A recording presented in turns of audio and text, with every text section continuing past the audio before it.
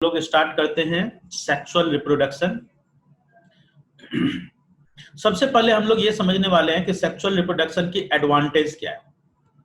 Sexual reproduction की advantage क्या है कि सेक्सुअल रिप्रोडक्शन में काफी सारे वेरिएशंस क्रिएट होते हैं और उस वेरिएशन के क्रिएट होने से क्या होता है कि डीएनए में काफी सारे चेंजेज आएंगे और जब डीएनए में काफी सारे चेंजेज आते हैं तो उसके पीछे जो रीजन होता है that is crossing over.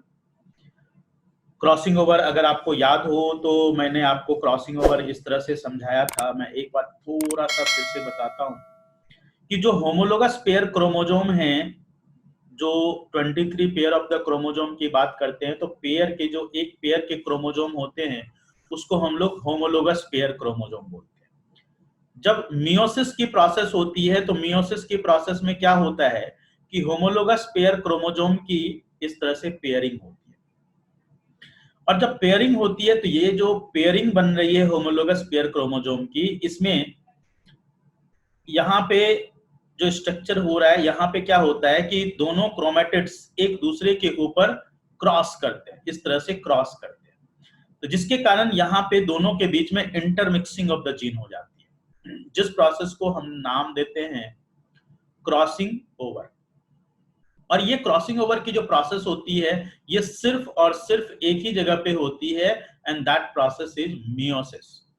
Mitosis में ये प्रोसेस नहीं होती, क्रॉसिंग ओवर की प्रोसेस नहीं होती, ये सिर्फ और सिर्फ कहां होती है, मियोसिस में होती है, जिसके कारण दोनों होमोलोगस पेयर के क्रोमोसोम्स एक दूसरे से इंटरमिक्स हो जाते हैं और इंटरमिक्स हो जाने के बाद वहां पे वेरिएशंस क्रिएट होती है। We are having trillions of cell और उस ट्रिलियन ऑफ सेल्स में जो क्रोमोजोम है हर न्यूक्लियस में दैट इज 46।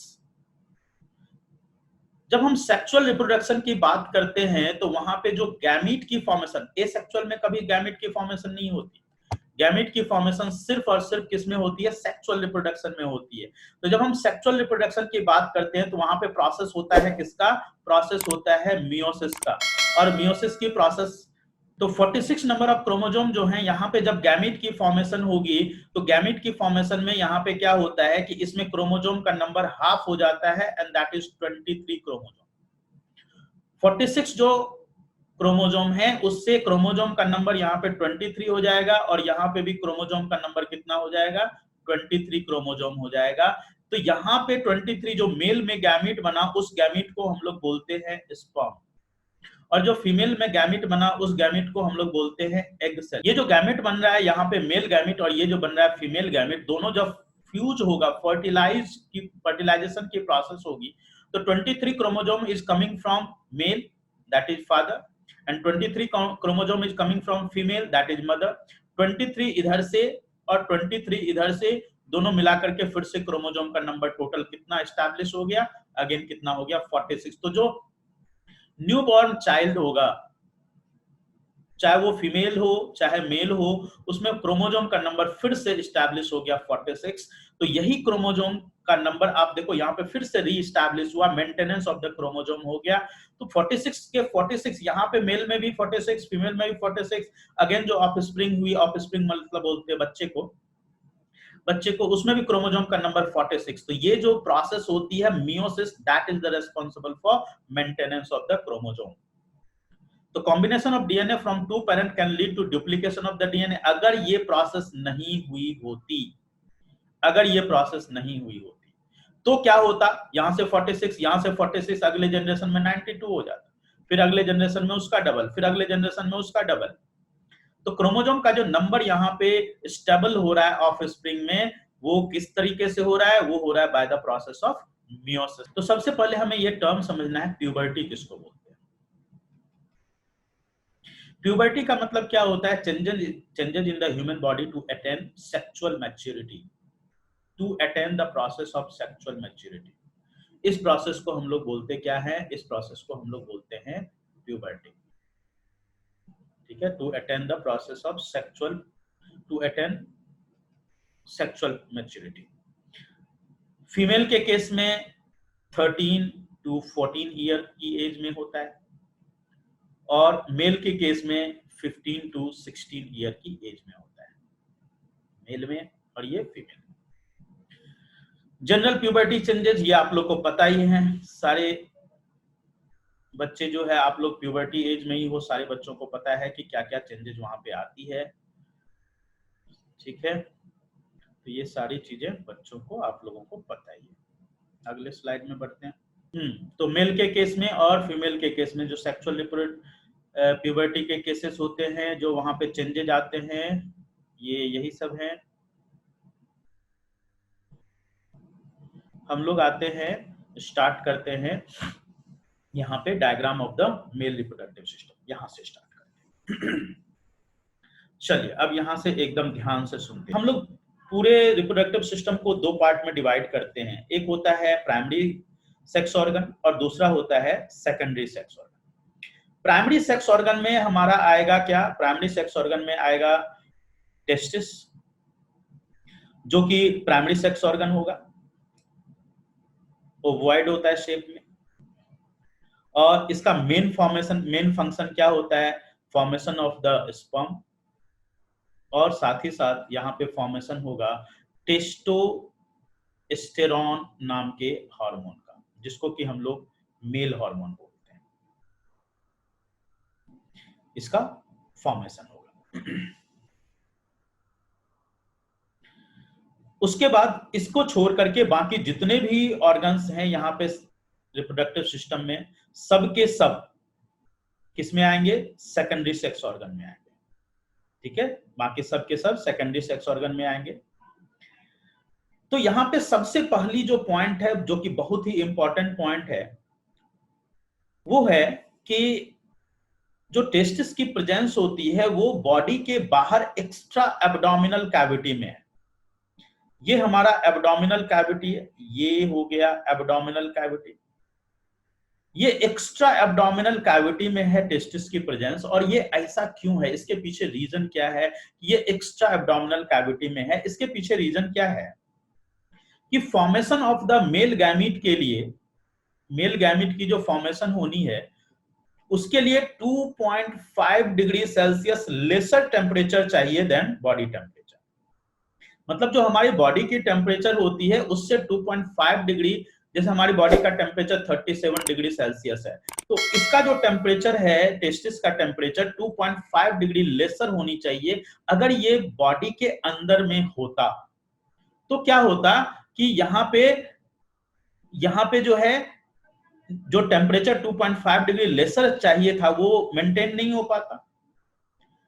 तो ये जिस मस्कुलर स्ट्रक्चर से अटैच्ड होता है उसका काम ही यही है कि बॉडी की एब्डोमिनल कैविटी से ये प्रॉपर डिस्टेंस बना करके रखता है, सो दैट कि it will maintain the temperature of 2.5 degree lesser temperature than the body temperature for formation of male gamete. पहला क्वेश्चन बहुत इंपॉर्टेंट क्वेश्चन क्या है कि टेस्टिस बॉडी के बाहर एक्स्ट्रा एब्डोमिनल कैविटी में क्यों होता है। तो रीजन क्या बोलोगे, to maintain the temperature 2.5 degree lesser than the body temperature for the formation of male gamete. ये हो गया। अब यहाँ पे मेल गैमेट की फॉर्मेशन टेस्टिस में हुई, टेस्टिस दो, एक पूरा एक पेयर प्रेजेंट होता है यहाँ पे, और यहाँ पे दोनों जगह पे टेस्टिस प्रेजेंट है, एक पेयर है, ओवॉइड शेप में होता है। टेस्टिस के ऊपर ये जो स्ट्रक्चर आप देख रहे हो, ये वाली स्ट्रक्चर, इसको जिसको अभी मैंने मार्क किया है, इस स्ट्रक्चर को हम लोग बोलते हैं एपिडाइडमिस, ठीक है। इस स्ट्रक्चर का नाम एपिडाइडमिस है, ब्लू कलर से लिखा। ये जो स्ट्रक्चर जो आप देख रहे हो, ये वाला स्ट्रक्चर, इसको हम लोग एपिडाइडमिस बोलते हैं। होता क्या है कि मेल गैमेट की फॉर्मेशन टेस्टिस में होती है। टेस्टिस में फॉर्मेशन होने के बाद जो इमेच्योर मेल गैमेट होता है वो कुछ टाइम तक एपिडाइडमिस में स्टोर रहता है। एपिडाइडमिस में स्टोर जब तक रहेगा उस टाइम तक वो सेक्सुअल मैच्योरिटी को अचीव करता है। मतलब जब तक ये मेल गैमेट पूरी तरह से मैच्योर नहीं हो जाएगा तब तक वो इसी जगह पे एपिडाइडमिस में ही रहेगा। अब एपिडाइडमिस से में जब वो सेक्सुअल मैच्योरिटी अटेन कर लिया, तो सेक्सुअल मैच्योरिटी अटेन करने के बाद ये जो स्ट्रक्चर आप देख रहे हो, ये वाली स्ट्रक्चर, इसको हम लोग बोलते हैं वास डिफरेंस। इसका नाम है वास डिफरेंस। इस वास डिफरेंस से बाहर आया, यहां पे आया, यहां पे आया, इधर से आया, यहां पे आकर के इस पॉइंट पे आकर के दोनों वास डिफरेंस अटैच हो गया। अब यहां पे ये जो सेमिनल वेसिकल देख रहे हो, अभी तक मैंने क्या क्या चीजें समझाई, अच्छा चलो पहले पूरा समझ लो, एक बार फिर से मैं इसको रिपीट कर दूंगा। सेमिनल वेसिकल जो देख रहे हो, ये सेमिनल वेसिकल का रोल क्या होता है? सेमिनल वेसिकल का रोल होता है इट विल प्रोड्यूस सीमेन। इसका काम होता है इट विल प्रोड्यूस सीमेन। अब सीमेन जो है ये इसके साथ मेल गैमेट, जो यहां से स्पर्म आ रहा था, इधर से स्पर्म आ रहा था, जो स्पर्म की प्रोडक्शन कहां से हुई? टेस्टिस में हुई। मैच्योरेशन कहां पे हुई? एपिडेर्मिस में हुई। वो इस वास डिफरेंस से होता हुआ इधर से और इधर से पहुंचा। अब वो मेल गैमेट यहां वहां पे आकर के सेमिनल वेसिकल में एक लिक्विड प्रोड्यूस हुई जिसका नाम था सीमेन। सीमेन जो है ये मेल गैमेट के साथ, स्पर्म के साथ मिक्स हो गया। ये सीमेन एक फ्लूइड है जिसका कि दो रोल होता है। Role number 1, it will provide nutrition. It will provide nutrition to male gamete. ये इसका पहला रोल हो गया। दूसरा रोल इसका होता है, इसका सीमेन का, कि it will provide liquid medium for movement of male gamete. Movement of male gamete, ये दो रोल होता है किसका? ये दो रोल होता है इसका, किसका? सीमेन का। तो सीमेन अब आकर के यहां पे मिक्स हो गया। अब यहां से एक कॉमन, यहां तक तो दो पाथ दिख रही थी ना आपको, दो वास डिफरेंस दिख रही थी। अब यहां से आगे एक पाथ दिखे। अब इस एक पाथ को हम लोग जो है नाम देते हैं क्या? मैं अलग कलर से दिखा देता हूं इसको। इस एक पाथ को हम लोग नाम देते हैं यूरेथ्रा। ये कॉमन पाथ जो है that is called as urethra. इसमें जो है सेमिनल वेसिकल अटैच हो गया। सेमिनल वेसिकल की सेक्रेशन सीमेन अटैच हो गई, मेल गैमेट इधर से आया। अब यहां पे दो और ग्लैंड्स की सेक्रेशन अटैच होती है। एक ग्लैंड होता है प्रोस्टेट ग्लैंड और दूसरा होता है जिसको हम लोग बल्बो यूरेथ्रल ग्लैंड बोलते हैं, ठीक है, which is also called as Cowper's gland. Bulbourethral gland या फिर आप इसको काउपर्स ग्लैंड बोलते हैं। तो बल्बो यूरेथ्रल ग्लैंड और काउपर्स ग्लैंड, इस दोनों की सेक्रेशन अब आकर के अटैच हो जाती है। अब यहाँ पे चार सेक्रेशन अटैच हुई, चार चीजें अटैच हुई। एक पहली चीज थी स्पर्म, उसके साथ अटैच हुआ सीमेन। तीसरी चीज जो यहाँ पे अटैच हुआ वो था किसका? सेमिनल प्रोस्टेट ग्लैंड और साथ में बल्बो यूरेथ्रल ग्लैंड, या आप इसको काउपर्स ग्लैंड, दोनों में से कुछ भी बोल लीजिए। इसकी सेक्रेशन टोटल चार चीजें यहां पे आकर के अटैच हो गई। और वो चारों चीजें, अब इस स्पर्म का तो मतलब रोल पता ही है आपको, ये मेल गैमेट ही हो गया। सीमेन जो है उसका रोल पता ही है, it will provide nutrition and it will provide a liquid medium for the movement. इस दोनों का रोल क्या है? प्रोस्टेट ग्लैंड और बल्बो यूरेथ्रल ग्लैंड से जो सेक्रेशन प्रोड्यूस होती है उसका रोल क्या है? उसका रोल ये है कि मेल गैमेट की पाथ में जहां कहीं पे भी एसिडिक मीडियम आएगा, ध्यान से सुनो, मेल गैमेट की पाथ में जहां कहीं पे भी एसिडिक मीडियम आएगा, उस एसिडिक मीडियम को न्यूट्रलाइज करने का काम कौन करेगा? प्रोस्टेट ग्लैंड और बल्बो यूरेथ्रल ग्लैंड या काउपर्स ग्लैंड की जो सेक्रेशन होती है, ये सेक्रेशन एल्कलाइन होती है नेचर में। तो ये क्या करता है कि इसके पाथ में जो भी एसिडिक सब्सटेंस आएगा, उस एसिडिक सब्सटेंस को न्यूट्रलाइज करने का काम कौन करेगा? प्रोस्टेट ग्लैंड और बल्बो यूरेथ्रल ग्लैंड की सेक्रेशन इसको क्या करेगी? न्यूट्रलाइज कर देगी। इसकी पाथ में जहां कहीं पे भी एसिडिक मीडियम आएगा, उस एसिडिक मीडियम को न्यूट्रलाइज करने का काम ये करेगा। ठीक है, किसी भी बच्चे को कोई डाउट या कुछ पूछना है? चलो एक बार मैं इसको क्विक रिवीजन रिकैप कर देता हूं, सुनो। टेस्टिस से फॉर्मेशन हुआ किसका? टेस्टिस से फॉर्मेशन हुआ मेल गैमेट, जिसको हमने बोला स्पर्म। ये इमैच्योर है, अभी इमैच्योर है। इमैच्योर स्पर्म की जो है वो मैच्योरेशन कहाँ होती है? एपिडाइडमिस में मैच्योरेशन होती है। एपिडाइडमिस में मैच्योरेशन होने के बाद ये ऊपर यहाँ पे मूव किया, वास्ट डिफरेंस से आया मैच्योर स्पर्म, और यहाँ पे सेमिनल वेसिकल जो है, सेमिनल वेसिकल सीमेन प्रोड्यूस करता है, जो कि एक फ्लूइड होता है जिसका दो काम होता है। पहला काम, it will provide nutrition to the male gamete, क्योंकि मेल गैमेट को अगले 24 घंटे तक जिंदा रहना होता है, ठीक है, for the process of fertilization इसको अगले 24 घंटे तक जिंदा रहना होता है। तो अगले 24 घंटे तक न्यूट्रिशन प्रोवाइड करने का काम सीमेन करेगा, और साथ ही साथ इसको मूवमेंट करने का काम। अभी आप सीमेन का जो स्ट्रक्चर देखोगे ना, उसमें आप देखोगे कि उसकी स्ट्रक्चर में टेल होता है, जिसके कारण उसको मूवमेंट करने के लिए लिक्विड मीडियम चाहिए, वो लिक्विड मीडियम ये प्रोवाइड करता है सीमेन।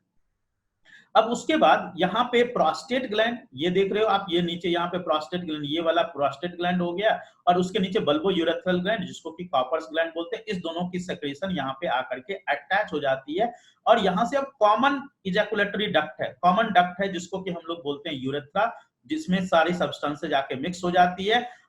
प्रोस्टेट ग्लैंड और बल्बो यूरेथ्रल ग्लैंड या कॉपर्स ग्लैंड की जो सेक्रेशन होती है वो एल्कलाइन होती है नेचर में, जिसका काम क्या होता है? मेल गैमीट की पाथ में जहां कहीं पे भी कुछ एसिडिक सब्सटेंस आएगा, उस एसिडिक सब्सटेंस को न्यूट्रलाइज कर, एसिडिक नेचर जहां पे भी आएगा उसको न्यूट्रलाइज करने का काम ये दोनों करेगा। ओके बच्चों, क्लियर? अब आते हैं हम लोग फीमेल रिप्रोडक्टिव सिस्टम।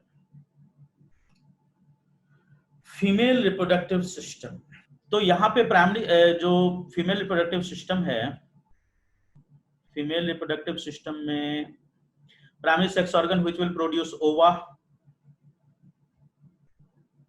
ओवा कहने का मतलब एग सेल, एंड वहां से हार्मोन प्रोड्यूस होगी, जो टेस्टोस्टेरोन, एस्ट्रोजन, सॉरी टेस्टोस्टेरोन बोल रहा, एस्ट्रोजन एंड प्रोजेस्टेरोन हार्मोन जो प्रोड्यूस होगी, ये प्रोड्यूस होगी ओवरी से। ये जो ओवरी दिख रहा है, ये यहाँ पे आपको दो ओवरी दिख रहे होंगे, ये एक ओवरी हो गया और ये दूसरा ओवरी हो गया। ओवरी जो है वो एलमंड शेप्ड स्ट्रक्चर होता है, एलमंड शेप्ड स्ट्रक्चर होता है, और इस ओवरी के ऊपर में आपको इस तरह के यहाँ पे आप देखो फिंगर लाइक प्रोजेक्शंस दिख रहे हैं, जिस फिंगर लाइक प्रोजेक्शन को हम लोग बोलते हैं फिम्ब्री, इसको हम लोग फिम्ब्री बोलते हैं। तो ओवरी जो है, यहाँ देखो, यहाँ पे ओवरी में होता क्या है, किसी भी फीमेल के बर्थ के टाइम से ही, ध्यान देना मेरी बात को जरा, किसी फीमेल के बर्थ के टाइम से ही उसमें हजारों गैमीट्स यहाँ पे प्रोड्यूस होते हैं, इमैच्योर, हजारों इमैच्योर गैमेट्स यहाँ पे प्रेजेंट होंगे और हजारों इमैच्योर गैमेट्स यहाँ पे प्रोड्यूस होंगे। किसी भी फीमेल के केस में कोई भी नया गैमीट कभी नहीं बनता, ठीक है, कभी भी कोई नया गैमीट नहीं बनता, बल्कि इसमें जो गैमीट पहले से प्रेजेंट है उसी में से कोई गैमीट डेवलप होगा, ठीक है, डेवलप होगा, कोई नए गैमीट की प्रोडक्शन नहीं होगी। होता क्या है कि इसमें से कोई एक गैमीट एवरी मंथ यहां से मैच्योर होता है। जैसे अगर हम मान लो जिस दिन से मेंस्ट्रुएशन की फ्लो स्टार्ट हुई, मेंस्ट्रुएशन फ्लो जिस दिन से स्टार्ट हुई है, स्टार्टिंग, उसको अगर हम डे 1 मान लें, डे 1 मान लें, तो वहां से लेकर के वहां से यहां पे एक एग सेल मैच्योर होना शुरू होता है, और ये मैच्योर होते होते होते होते डे 1 से लेकर के जो मेंस्ट्रुएशन की फ्लो होती है वो लगभग 4 to 5 डेज तक होती है, ठीक है, मतलब डे 4 तक या 5 तक मेंस्ट्रुएशन की फ्लो होती रहती है। उसमें क्या होता है कि ये जो आप वॉल देख रहे हो, देखो मैं जो जिस वॉल को दिखा रहा हूं अभी आप उस पर ध्यान देना, ये जो वॉल देख रहे हो, ये वाली ऊपर वाली लेयर, ऊपर वाली ये इतनी लेयर, ऊपर वाले इतनी लेयर, एग सेल कभी भी, एग सेल ऐसा नहीं होगा कि सिर्फ एक ही ओवरी से, कभी इससे प्रोड्यूस होगा, कभी इस ओवरी से प्रोड्यूस होगा, कभी इस ओवरी से प्रोड्यूस, ये एग सेल यहां से प्रोड्यूस हुआ, और प्रोड्यूस होने मतलब प्रोड्यूस मैच्योर हुआ इस दोनों में से किसी एक में, और वो मैच्योर होने के बाद यहाँ पे जो आप फिंगर लाइक प्रोजेक्शन देख रहे हो, ये वाला स्ट्रक्चर जिसको हम लोग फिम्ब्री बोलते हैं, ये उस एग सेल को रिसीव करेगा, और रिसीव करके इसके अंदर में सीलिया प्रेजेंट होते हैं, जो सीलिया क्या करती है, इस एग सेल को यहां से लेकर के ऊपर तक लेकर के जाती है, और यहां पे जाकर के एग सेल वहां पे 1 से 2 दिन तक स्टे करता है। एग सेल यहां पहुंच गया और वहां पे 1 से 2 दिन तक स्टे करेगा।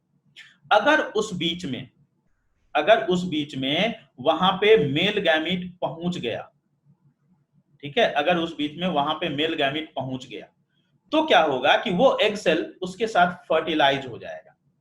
मान लीजिए कि इस बीच में यहाँ पे मेल गैमीट पहुंच गया तो एग सेल वहां पे फर्टिलाइज हो जाएगा और फर्टिलाइज होने के बाद वो एग सेल यहां से नीचे की ओर मूव करेगा। कैसे मूव करेगा नीचे की ओर, मैं आपको दिखाता हूं। देखिए यहाँ पे देखो, ये देखो एग सेल यहाँ पे मैच्योर हो रहा है, मैच्योर हुआ, मैच्योर होने के बाद वो एग सेल यहाँ पे रिलीज हुआ। रिलीज होने के, अभी सब नाम पे मत जाओ, ये सब नाम पे मत जाओ, आप ये सब नाम को मत देखो, ये हायर क्लास की वो है पीपीटी है, इसलिए आप इसमें से बहुत सारी चीजें नहीं समझ पाओगे। तो यहाँ पे एग सेल मैच्योर हुआ, मैच्योर होने के बाद यहाँ पे एग सेल रिलीज हुआ। अब वो एग सेल पहुंचा कहाँ पे, फैलोपियन ट्यूब में। यहाँ पे एग सेल इस जगह पे पहुंचा, इस जगह पे, एग्जैक्ट इसी जगह पे पहुंचता है, इस जगह पे पहुंचा। यहाँ पे एग सेल फर्टिलाइज हुआ और फर्टिलाइज होने के बाद अब वो एग सेल डिवाइड होता हुआ, जैसे पहले अभी एक सेल था, अब ये डिवाइड होकर के एक सेल से 2 सेल में डिवाइड हुआ, फिर वो 2 सेल से 4 सेल में डिवाइड हुआ, फिर 4 सेल से वो 8 सेल में डिवाइड हुआ, फिर 8 सेल से डिवाइड होता हुआ वो बहुत सारे सेल में डिवाइड हो जाएगा। जब ये फर्टिलाइजेशन की प्रोसेस हो गई तो फर्टिलाइजेशन की प्रोसेस के बाद अब उस एग सेल का नाम हो जाएगा zygote. Fertilized egg cell is now called as zygote. अब ये डिवाइड भी होता रहेगा और इधर की ओर मूव भी करता रहेगा, ठीक है। अब ये क्या हो जाएगा, मूव भी करता रहेगा। अच्छा सुनो, तो यहाँ पे एग सेल यहाँ पे पहुंचा। अब यहाँ पे पहुंचने के बाद ये अब इसके अंदर इस वक्त कई सारे सेल्स बन चुके हैं, ठीक है, कई सारे सेल्स बन चुके हैं। अब जैसे ही यहाँ पे इस लेयर में पहुंचा, ये जो आप देख रहे हो ना थिक स्पॉन्जी लेयर, ये रेड कलर में आप देख रहे हो थिक स्पॉन्जी लेयर, ये इसी के लिए फॉर्म हुई थी। किसके लिए फॉर्म हुई थी, इस फर्टिलाइज्ड एग को रिसीव करने के लिए ही ये थिक स्पॉन्जी लेयर की फॉर्मेशन होती है। थिक स्पॉन्जी, मस्कुलर, वास्कुलर, क्या क्या बोला मैंने, थिक स्पॉन्जी, मस्कुलर, वास्कुलर, ये सब जो लेयर यहाँ पे जो रेड कलर की बन दिख रही है ना आपको, ये पूरी की पूरी जो है ये यूटरस है, जो पियर शेप्ड स्ट्रक्चर होती है ये यूटरस है। और यहाँ पे आकर के अब जायगोट आकर के इसके साथ यूटरस की इनर वॉल के साथ अटैच हो जाता है। इस अटैचमेंट को हम नाम देते हैं इम्प्लांटेशन। क्या नाम देते हैं, इम्प्लांटेशन। यहाँ पे क्या हुआ था प्रोसेस, फर्टिलाइजेशन।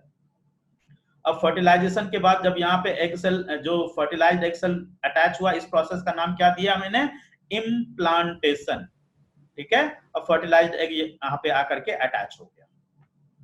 अब इसके बाद के आगे की प्रोसेस क्या हो, तो यहाँ पे हम ये देखो, यहाँ पे गैमीट प्रोड्यूस हुआ, फीमेल गैमीट।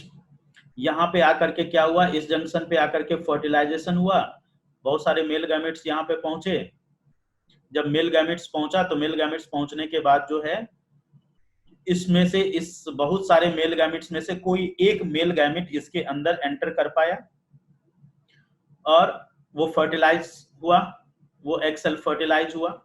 देखो यहाँ पे बहुत सारे मेल गैमेट्स पहुंचेंगे, ऐसा नहीं है कि वहां पे सिर्फ एक ही मेल गैमेट पहुंचेगा, मिलियंस ऑफ स्पर्म वहां पे पहुंचेगा, उसमें से कोई एक वहां उसको फर्टिलाइज कर पाएगा, ठीक है। वो फर्टिलाइज होने के बाद अब वो डिवीजन होना शुरू होगा, वो डिवाइड होता रहेगा। ये अब जायगोट बन गया। यहाँ पे देखो मेल की भी न्यूक्लियस है, स्पर्म की भी न्यूक्लियस है और एग की भी न्यूक्लियस है। दोनों एग जो है वो दोनों फर्टिलाइज हुआ, यहाँ पे जायगोट की प्रोडक्शन हो गई।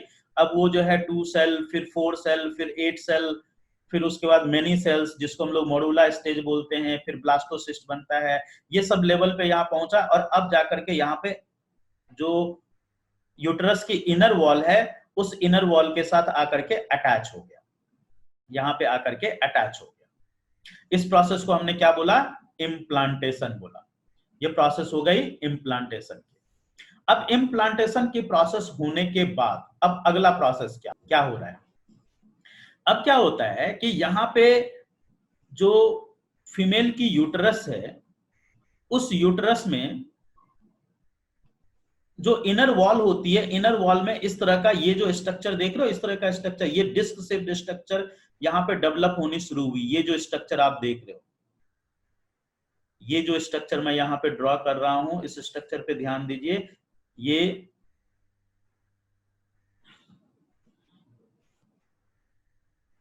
ये डिस्क शेप्ड स्ट्रक्चर यहां पे डेवलप होनी शुरू हुई इस जगह पे। और ये जो डिस्क शेप्ड स्ट्रक्चर यहां पे डेवलप हो रही है, वो किस चीज के लिए? ये देखो, ये सब देखो, इसको हम लोग बोलते हैं, इसका नाम होता है प्लेसेंटा। इसको हम लोग प्लेसेंटा बोलते हैं। प्लेसेंटा के अंदर अगर आप देखो तो यहाँ पे बहुत सारे ब्लड वेसल्स प्रेजेंट है ना? देखो आप यहाँ पे बहुत सारे ब्लड वेसल्स प्रेजेंट है। ये प्लेसेंटा जो मदर की बॉडी में बन रहा है, मदर की बॉडी में बन रहा है, मदर की बॉडी में जो प्लेसेंटा की डेवलपमेंट होती है, उसका मेन फंक्शन क्या होता है? यहाँ पे to increase surface area, to increase surface area. और इसका इस सरफेस एरिया इंक्रीज होने से क्या होता है? वहां पे फूड, ऑक्सीजन, ये सब चीजें जो है मदर की बॉडी से बेबी में, ग्रोइंग एम्ब्रियो में ट्रांसफर होगी। कौन कौन सी चीजें? फूड और ऑक्सीजन मदर से जो ग्रोइंग एम्ब्रियो है, उस ग्रोइंग एम्ब्रियो में ट्रांसफर होगा। और ग्रोइंग एम्ब्रियो से जो एक्सक्रीटरी वेस्ट मटेरियल है, वो मदर की बॉडी में ट्रांसफर होगा। ग्रोइंग एम्ब्रियो से जो एक्सक्रीटरी वेस्ट मटेरियल है, वो कहां पे ट्रांसफर होगा? मदर की बॉडी में ट्रांसफर होगा। ये हो गया पूरा प्लेसेंटा का पार्ट। अब ये जो आप स्ट्रक्चर बीच में आप एक कनेक्टिंग ट्यूब्यूल लाइक स्ट्रक्चर देख रहे हो, ये जो स्ट्रक्चर आप देख रहे हो कनेक्टिंग ट्यूब लाइक स्ट्रक्चर, इसको हम लोग नाम देते हैं अम्बिलिकल कॉर्ड। ठीक है, तो प्लेसेंटा और बेबी के बीच में जो ट्यूब लाइक स्ट्रक्चर है, that tube like structure is called as umbilical cord, जिस मदर की बॉडी से फूड, ऑक्सीजन, ये सब इसके थ्रू, प्लेसेंटा के थ्रू, अम्बिलिकल कॉर्ड के थ्रू बेबी को पहुंचा। और बेबी की बॉडी में जो भी, चूंकि बेबी बहुत तेजी से ग्रो हो रहा है, आप समझो कि 9 मंथ में वो कितना बड़ा से कितना बड़ा हो जाता है, तो उतनी तेजी से ग्रो हो रहा है, तो वहां पे एक्सक्रीटरी वेस्ट मटेरियल भी बहुत ज्यादा फॉर्म होंगे। वो एक्सक्रीटरी वेस्ट मटेरियल जो मदर की इस बेबी, ग्रोइंग बेबी में डेवलप हो रहा है, वो यहां से कहां ट्रांसफर होगा? मदर की बॉडी में ट्रांसफर होगा। तो इस अम्बिलिकल कॉर्ड के थ्रू, प्लेसेंटा के थ्रू, ये सारी चीजें मदर की बॉडी में, फिर मदर की बॉडी यहाँ पे बेबी, ग्रोइंग बेबी से मदर की बॉडी में एक्सक्रीटरी वेस्ट मटेरियल, और मदर की बॉडी से फूड, ऑक्सीजन, ये सब चीजें बेबी में ट्रांसफर होगी। तो placenta is a structural and functional unit between embryo and the maternal body. Placenta connects to the embryo by an umbilical cord. It transports substance to and from the embryo. अब जब ये baby grow होना शुरू हुआ, तो इसकी जो total growth में जो टाइम लगेगी, वो लगेगी 280 डेज, अप्रोक्सीमेटली 9 मंथ, 280 डेज। इस 280 डेज को हम लोग बोलते हैं जेस्टेशन पीरियड। इसको टोटल कितना टाइम लगता है? 280 डेज, जिसको हम लोग जेस्टेशन पीरियड बोलते हैं। अब जब ये बेबी कंप्लीटली ग्रो हो गया, 280 days is called as gestation period. What is the function of placenta? Placenta acts as a barrier between the fetus and mother, supply oxygen and nutrient from mother to fetus, remove carbon dioxide and excretory waste from the fetus, acts as endocrine gland, it secretes, ये सब छोड़ो, ये सब उतना important नहीं है आपके लिए। आपके लिए ऊपर वाले 3 पॉइंट इंपॉर्टेंट है, तो ऊपर वाले 3 पॉइंट आप याद रखें। फोर्थ वाला पॉइंट जो है वो 12th क्लास के बच्चों के लिए।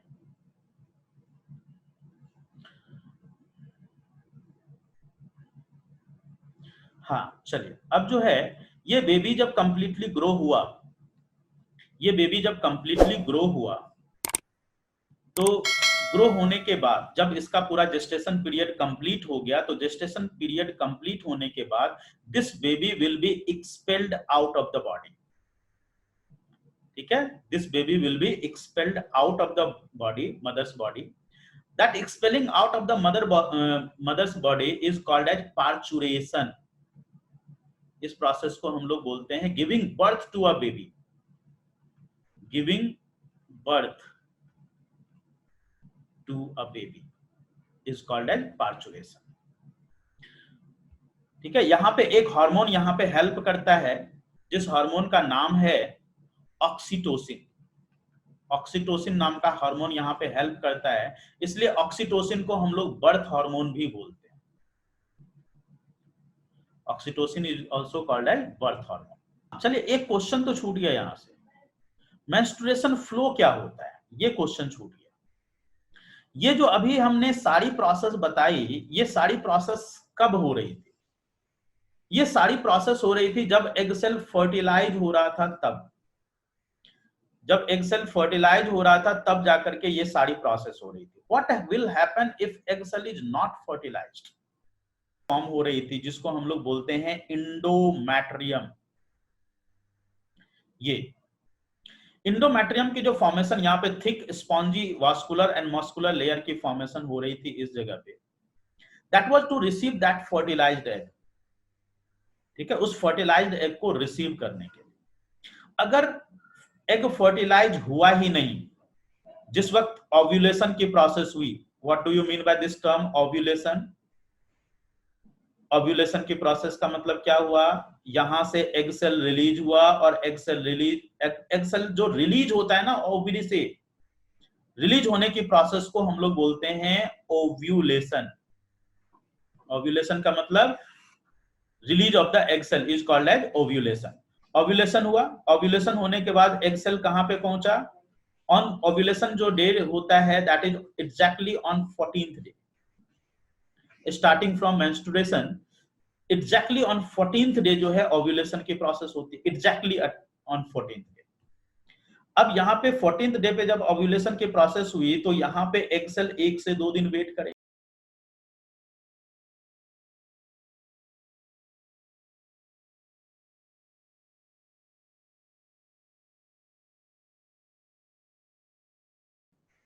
एग सेल रिलीज हुआ, एग सेल रिलीज होकर के यहां पहुंचा फैलोपियन ट्यूब में। फैलोपियन ट्यूब का ही दूसरा नाम ओविडक्ट है, ओविडक्ट है। यहां पे पहुंचा, 1 से 2 दिन तक वेट किया। अगर इस 1 से 2 दिन के अंदर मेल गैमेट यहां पे पहुंच जाता है तो ठीक है, अगर नहीं पहुंचा तो ये एग सेल डीजनरेट कर जाएगा।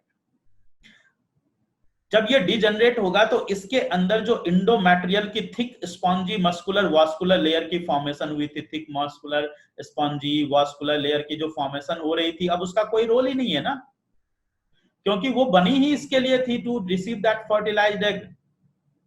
तो जब एग फर्टिलाइज ही नहीं हुआ तो वैसी कंडीशन में this will shed off, this endometrial layer will shed off. This shedding off, this is due to the breakdown of endometrial lining and blood vessels of the uterus that comes out through vagina. This process is called as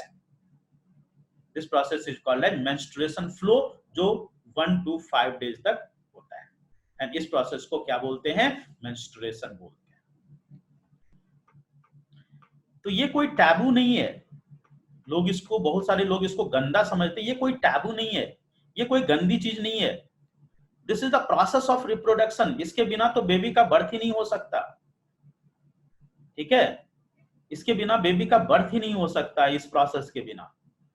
तो इसको गंदा नहीं समझना चाहिए।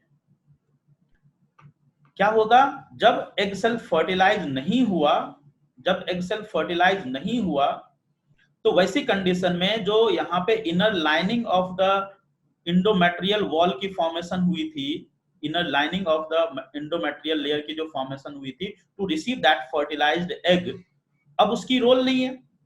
जब उसकी role नहीं है तो ये जो thick spongy muscular vascular layer थी, किसकी?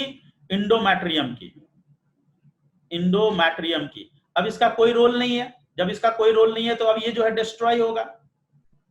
ठीक है, ये डिस्ट्रॉय होगा, और जब ये डिस्ट्रॉय होगा तो this will come out, this will shed off and this will come out through vagina, ये बाहर आ जाएगा। तो this breakdown of the endometrial lining and blood vessel of the uterus that comes out through vagina, this process is called as menstruation.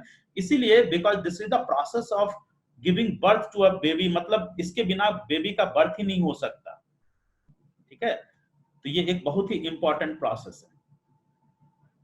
Okay, चलिए ये जो process है, देखो यहाँ की प्रोसेस को समझो। फर्टिलाइजेशन से लेकर के इम्प्लांटेशन की प्रोसेस को जरा ध्यान से समझो, ये वाली प्रोसेस को समझो। ट्विंस का आंसर यहाँ पे है, देखो ध्यान से। जो जायगोट है, जायगोट डिवाइड होगा, अभी आपको बताया था ना, जायगोट डिवाइड होगा, और जायगोट जब डिवाइड होगा, ये जायगोट अब डिवाइड होगा। जब डिवाइड हुआ तो यहाँ पे देखो टू सेल्ड स्टेज में पहुंचा, और टू सेल्ड स्टेज में पहुंचने के बाद भी इसके ऊपर की जो मेम्ब्रेन है वो मेम्ब्रेन डिवाइड नहीं हो रही है। आप यहाँ पे देख रहे हो, टू सेल्ड स्टेज में पहुंच चुका है, लेकिन ऊपर की जो मेम्ब्रेन है वो मेम्ब्रेन डिवाइड नहीं हो रही है। अगर कभी गलती से ये मेम्ब्रेन डिवाइड हो गई, गलती से, ये गलती होती है, अगर कभी यहाँ पे ये मेम्ब्रेन डिवाइड हो गई, वैसी कंडीशन में ये अलग बेबी को बर्थ करेगा और ये अलग बेबी को बर्थ करेगा। लेकिन दोनों चूंकि एक ही जायगोट से बन रहा है, तो इस तरह से यहाँ पे जो नया, यहाँ पे जो अलग बेबी होगा और इससे जो अलग बेबी होगा, कब होगा? जब ऊपर की जो मेम्ब्रेन है, सेल मेम्ब्रेन अगर टूट गई तब। इस तरह की जो ट्विंस डेवलप होगी, इस तरह के ट्विंस को हम लोग बोलते हैं होमोजाइगोटिक ट्विन। इसको होमोजाइगोटिक ट्विन बोलेंगे। अभी मैंने आपको एक और चीज बोला था कि एक बार में एक ही ओवरी एग प्रोड्यूस करता है। कभी कभी गलती से दोनों ओवरी एक एक एग प्रोड्यूस कर लेता है, गलती से, ये गलती होती है, कॉमन नहीं है ये चीज। तो वैसी कंडीशन में अगर दोनों ओवरी से एक एक एग प्रोड्यूस हो गया, वैसी कंडीशन में क्या होगा, वैसी कंडीशन में क्या होगा, मान लीजिए कि इस ओवरी से भी प्रोड्यूस हो गया और इस ओवरी से भी प्रोड्यूस हो गया, एक एग सेल यहां से पहुंच गया और एक एग सेल यहां से पहुंच गया, एक एग सेल यहां पे पहुंच गया और एक एग सेल यहां पे पहुंच गया। This is not very common. तो वैसी कंडीशन में दोनों एग सेल फर्टिलाइज हो गया, और जब दोनों एग सेल फर्टिलाइज हुआ, यहां भी फर्टिलाइज हुआ, यहां भी फर्टिलाइज हुआ, इससे एक अलग बेबी का बर्थ हुआ, इससे एक अलग बेबी का बर्थ हुआ, लेकिन दोनों अलग अलग जायगोट से बन रहा है। तो इस तरह के ट्विंस को हम लोग बोलेंगे हेट्रोजाइगोटिक ट्विन। अब हेट्रोजाइगोटिक ट्विंस में एक मेल भी हो सकता है, एक फीमेल भी हो सकता है, दोनों मेल भी हो सकता है, दोनों फीमेल भी हो सकता है हेट्रोजाइगोटिक में। लेकिन जब होमोजाइगोटिक होगा, जो फर्टिलाइज होने के बाद डिवीजन की प्रोसेस में वहां पे सेल मेम्ब्रेन टूट रही है, वो हमेशा एक ही होगा, देखने में भी एक होगा, मैक्सिमम फीचर्स उसके मिलेंगे। तो वहां की जो कंडीशन होगी दैट इज होमोजाइगोटिक। ये केस है हेट्रोजाइगोटिक ट्विंस का, ठीक है। इसके बारे में बहुत ज्यादा डिटेल में हमें अभी जाने की जरूरत नहीं है, क्योंकि हमारे सिलेबस में ये नहीं है, कल समझा दिया। रिप्रोडक्टिव हेल्थ सुनिए, रिप्रोडक्टिव हेल्थ जो है, इसमें आपको बैक्टीरियल और वायरल ट्रांसमिटेड डिजीज के नाम याद रखने हैं। बैक्टीरियल और वायरल ट्रांसमिटेड डिजीज के नाम याद रखने हैं। तो बैक्टीरियल डिजीज में आप नाम याद रखिए, इस गोनोरिया और सिफिलिस, ये दोनों बैक्टीरियल सेक्सुअली ट्रांसमिटेड डिजीज है। इसको हम लोग शॉर्ट फॉर्म में STD भी बोलते हैं, सेक्सुअली ट्रांसमिटेड डिजीज। सिर्फ नाम याद रखना है आपको और कुछ भी नहीं। वायरल सेक्सुअली ट्रांसमिटेड डिजीज में, वायरल STD में वार्ड और HIV एड्स, ये दो हैं viral sexually transmitted disease, viral STD, ठीक है। बस नाम याद रखना। अब आते हैं यहां से हम लोग कॉन्ट्रासेप्शन मेथड में। कॉन्ट्रासेप्शन मेथड का मतलब होता है prevention of pregnancy.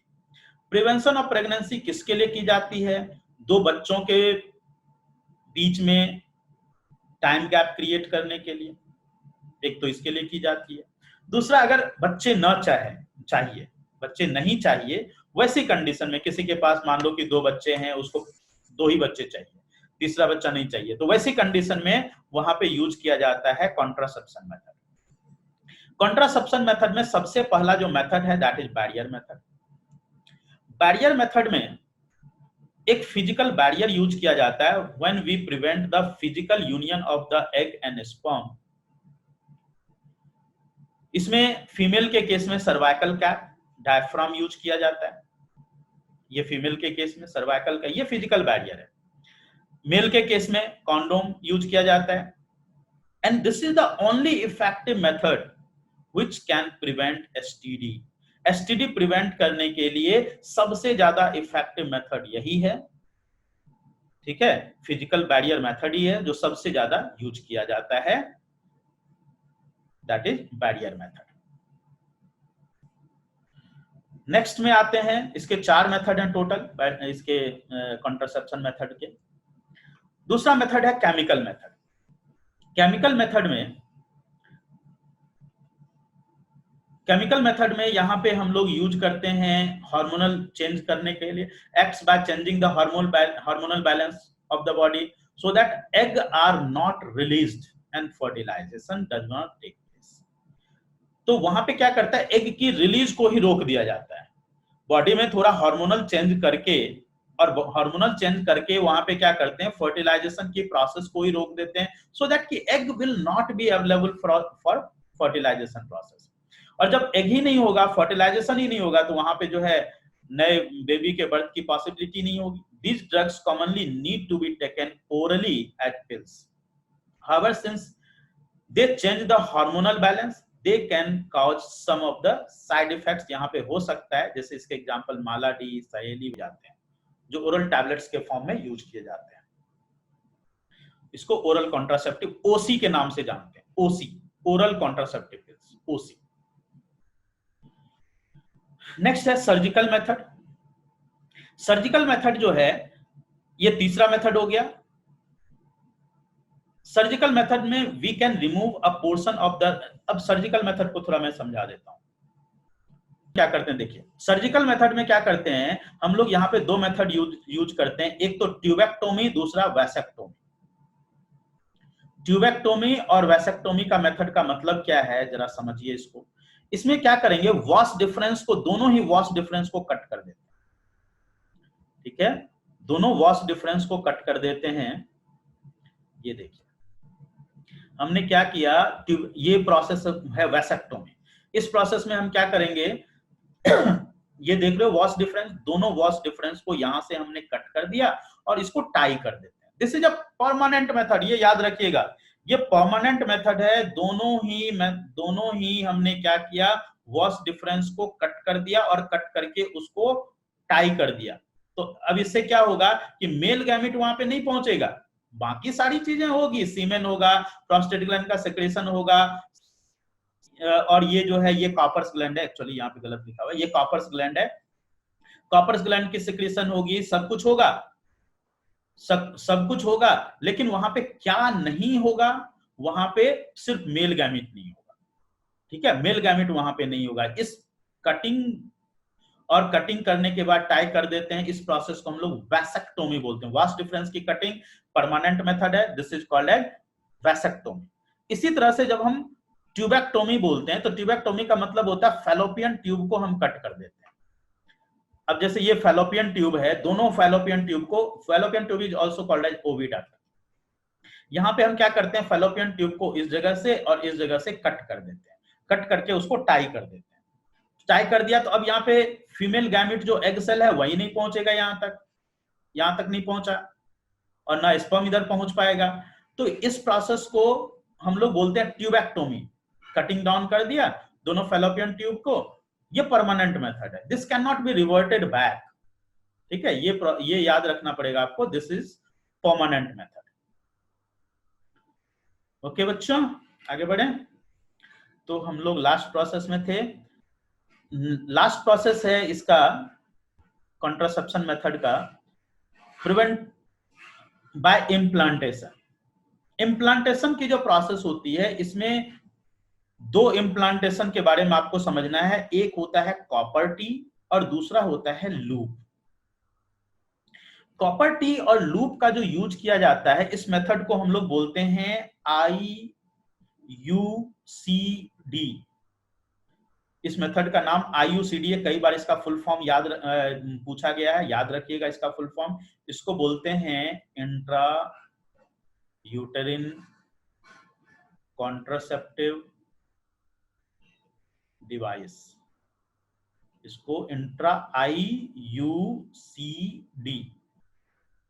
Intra यूटेरिन contraceptive device. इसमें क्या करते हैं, intrauterine device like copper T inserted into the uterus which does not let implantation take place. वहां पे मतलब इम्प्लांटेशन की प्रोसेस नहीं होगी। IUCD की मेथड में होगा क्या, IUCD के मेथड में ये यूटरस में हम लोग कॉपर टी या लूप को वहां पे इम्प्लांट कर देते हैं। This is implantation, this is not surgical.